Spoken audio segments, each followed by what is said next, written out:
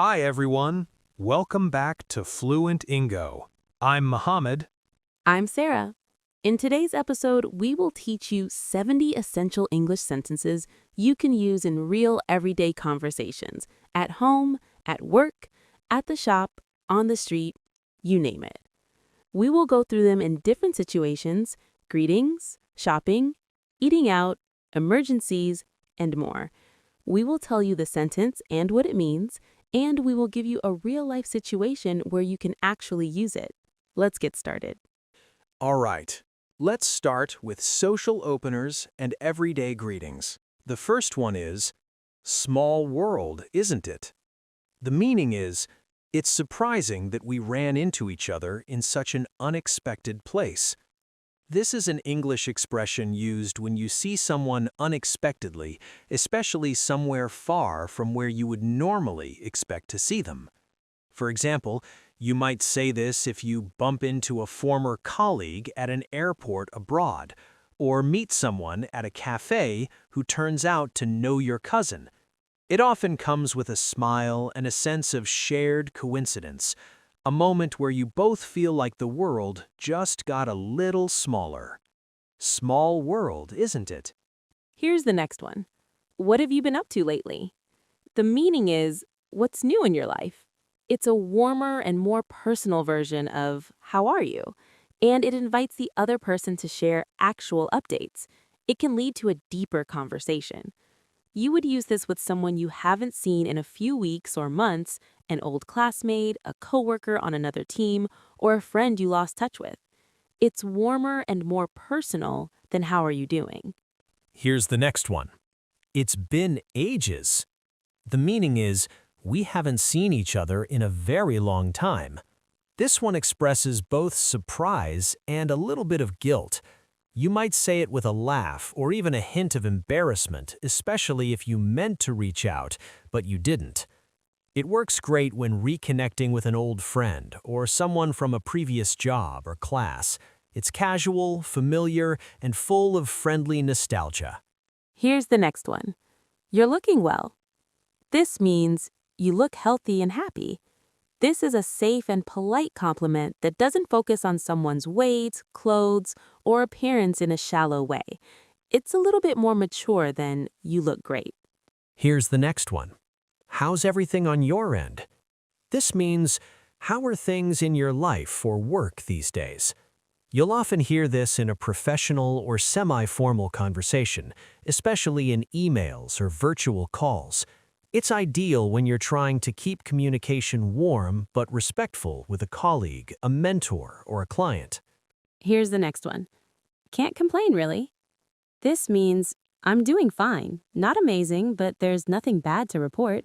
This is a humble, low-key way to say you're okay. It often implies that life is stable, even if a little boring.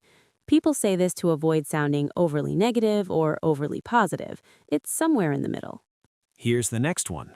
Same old, same old. This means nothing new is happening. Things are as usual. This is said with a sigh or a smile. This gives a sense of routine. It's a very common way to say, my life hasn't changed much, usually in response to what's new. It could mean things are fine or that you're kind of stuck in a routine. It depends on the tone. And here's the next one. Been keeping busy? So this means, have you been doing a lot lately? This is a polite question when you're not sure what the other person has been doing. It's casual and non-invasive. It's good for coworkers, neighbors, and acquaintances. It acknowledges their time without pressing for too many details. Hello, we're excited to show you our native speech capabilities. Where you can direct the voice, create realistic dialogue, and so much more. Edit these placeholders to get started. Here is the next one. Nice catching up. This means, it was great talking to you and reconnecting. You can say this as a closing remark after a short reunion or conversation, maybe after coffee with a friend you haven't seen in a while, or a quick chat at the supermarket. It's warm, appreciative, and signals that you enjoyed the interaction. And here is the final one for this part. Drop me a message sometime. This means Feel free to text or call me. I'd like to hear from you. This is casual and leaves the ball in the other person's court. It's friendly but not pushy. Great after a short reunion where you want to stay in touch, but you're not sure if you'll make plans soon. Okay, in this part, we will teach you sentences about shopping and services. Here's the first one. Could you tell me more about this one? This means, can you give me more details about this item? This is a polite and curious way to engage a salesperson. Imagine you're in a tech store looking at two different headphones. Instead of just saying, "What is this?" you can say, "Could you tell me more about this one?" It makes you sound thoughtful and open to discussion. Here is the next essential sentence.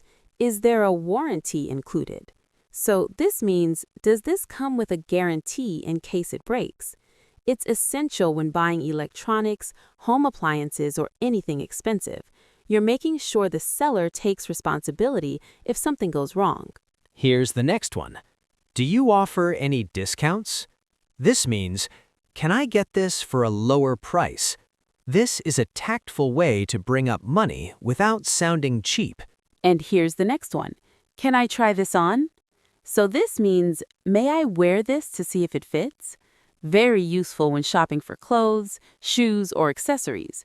You would say it before heading to a fitting room. And here is the next one. That's a bit outside my budget. This means, that's more than I can afford.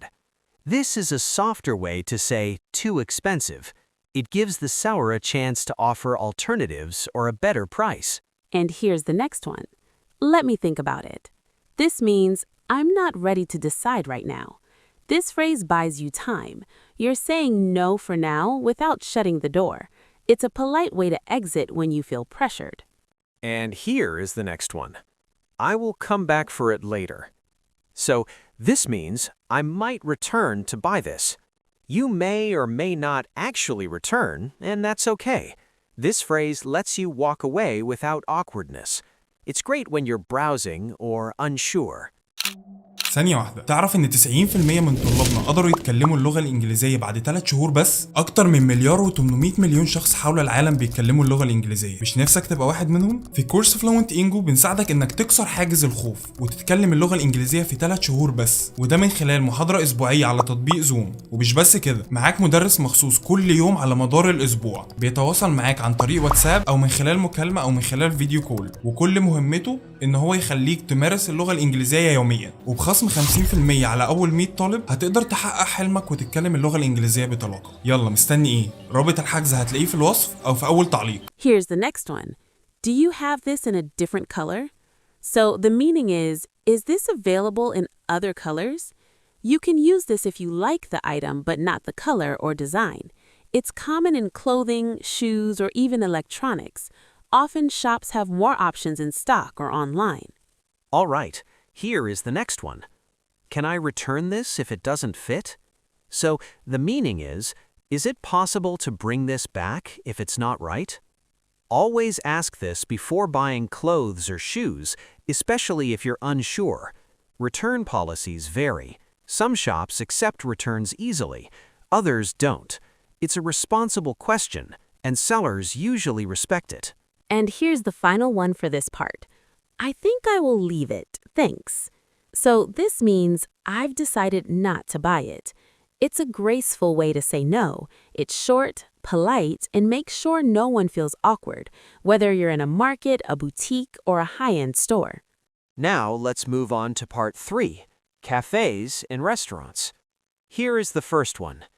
Could we get a table by the window if possible? So this means, can we sit near the window? This is a polite way to request a specific seat. And here's the next one. I'll have the grilled salmon, please.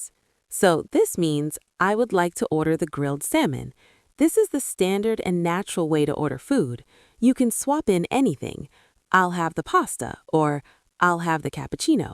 It's used in both casual and more formal dining settings. Here's the next one. Would you mind giving us a few more minutes? So this means, can you come back later for our order?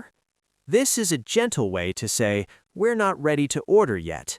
It's great when you need more time to decide. And this is the next one. Can we get this to go? This means, can we take this food with us? It's perfect when you've eaten part of a meal and want to take the rest home. And here is the next one. Excuse me, I think this isn't what I ordered. And the meaning is, there is a mistake with my order.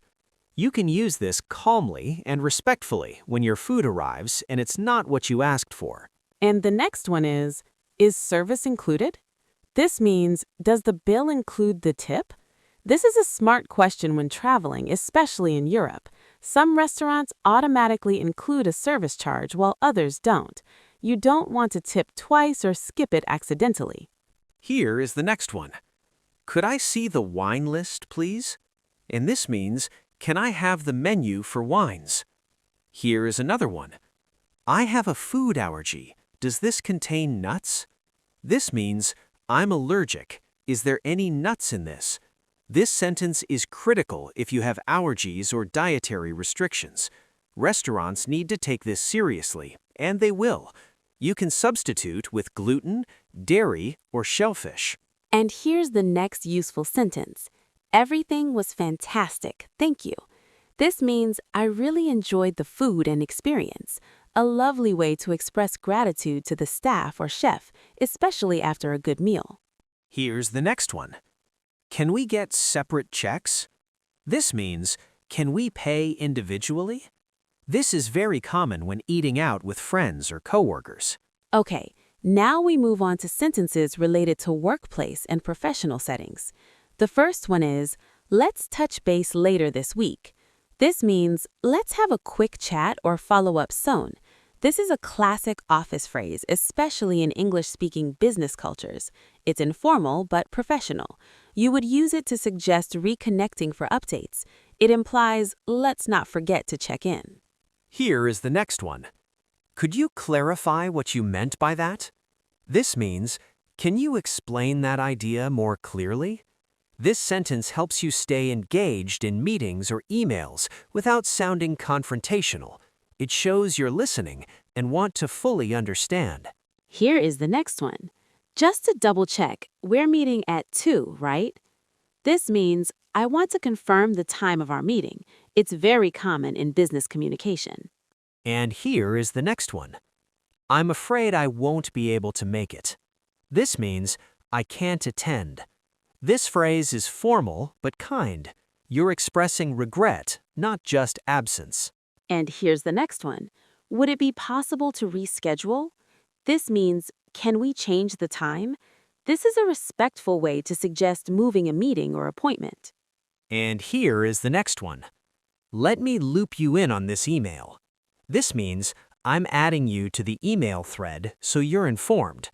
This is used when you want someone to be aware of ongoing communication. And this one is useful in meetings. That's a great point. I hadn't thought of it that way. This means, I agree and your perspective is new to me. You're validating someone else's contribution and inviting further discussion. And here is the next one. Let's table that for now. This means, let's pause the topic and maybe return to it later. Here's the next one. I'm happy to take the lead on this. This means, I'll be responsible for this project or task. Saying this shows initiative and confidence. It positions you as proactive and reliable. And here is the final one for this part. Let me get back to you on that. This means, I don't know right now, but I will find out and tell you. This is much better than guessing or giving a wrong answer. It keeps the conversation moving while buying time. It's commonly used when you need to check details with someone else or gather more information. Okay, and that brings us to the end of today's real natural English sentences that will help you sound polite, confident, and connected in all kinds of situations. Thanks for listening to Fluent Ingo. Practice these, speak often, and stay curious.